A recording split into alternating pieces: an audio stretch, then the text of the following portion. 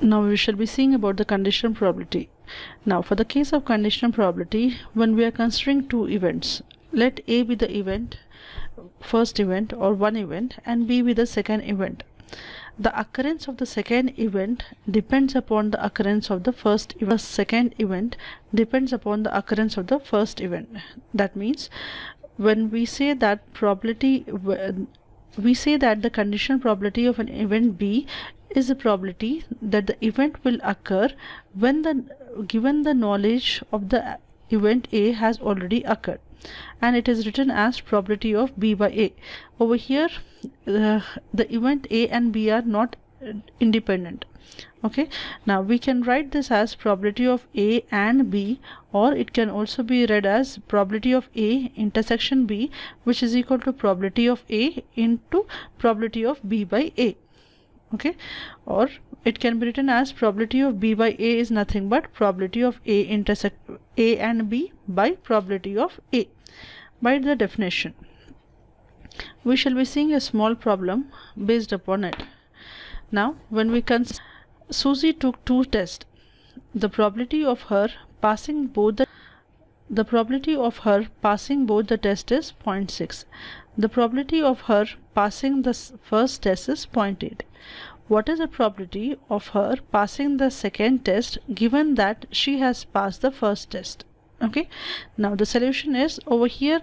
We'll first consider two events as event A and event B. So let A be the first test, okay, and let B be the second test. Now in the question we shall be seeing what has been given. What it says, the probability of her passing both the tests. Probability of passing both the tests means A and B. So how do we write as probability of A intersection B value is given in the question as 0.6, and in the question what else is given?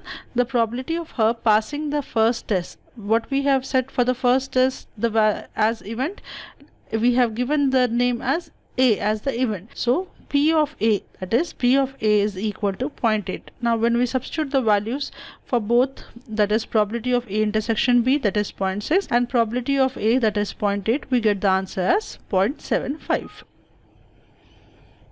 Now we'll see the second problem. What is the probability that a total of 2 dice will be greater than 9 given that the first die is 5? Right, now again we are considering two conditions, two events. The first event is let A be the first event, which says that the first die is 5, and let B be the second event that says that total of 2 dice is greater than 9.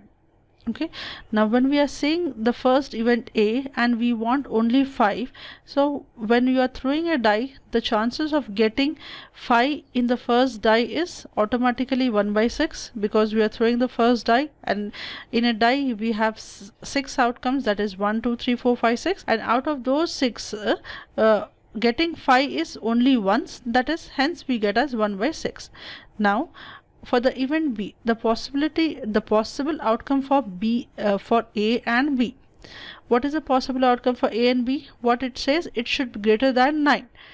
Now we are throwing two dice and it should come. We are throwing two dice and it should come greater than 9. So what are the options of getting greater than 9? The options are, one option is 5 comma 5. When you are saying 5 comma 5, that means it is greater than 10, greater than 9. 5 plus 5 is 10, so greater than 9. Similarly 5 comma 6, again it is greater than 9. Okay, so these two are the only possibilities in while we throw two dice. When you are throwing two dice, automatically the total outcomes are what? 36.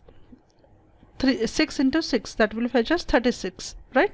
So the probability of A and B, or we say as probability of A intersection B, is equal to 2 by 36. Now by formula we have probability of B by A is equal to probability of A intersection B divided by probability of A. We are substituting the value of each of them. So the probability of A intersection B value is 2 by 36 divided by 1 by 6. So we'll get the answer as 1 by 3.